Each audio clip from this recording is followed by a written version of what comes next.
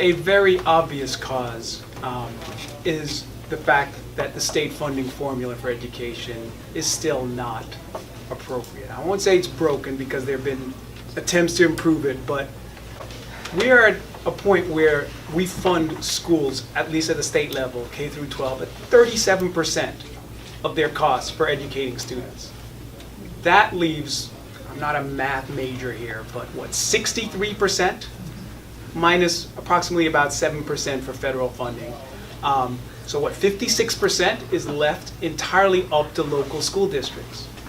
And the way they come up with that money is through property taxes, which cripple a lot of those communities which have quote unquote well-funded schools.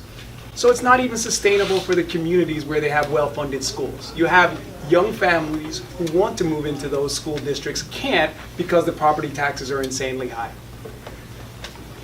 The districts where the property taxes aren't especially high because the property values aren't high or there isn't a sufficient degree of density within the districts for properties, they are struggling because their schools are severely underfunded.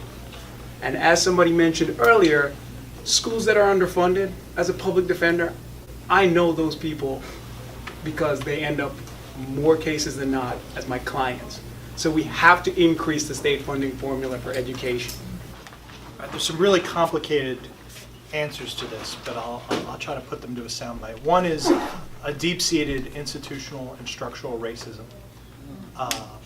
And number two is just old entrenched power.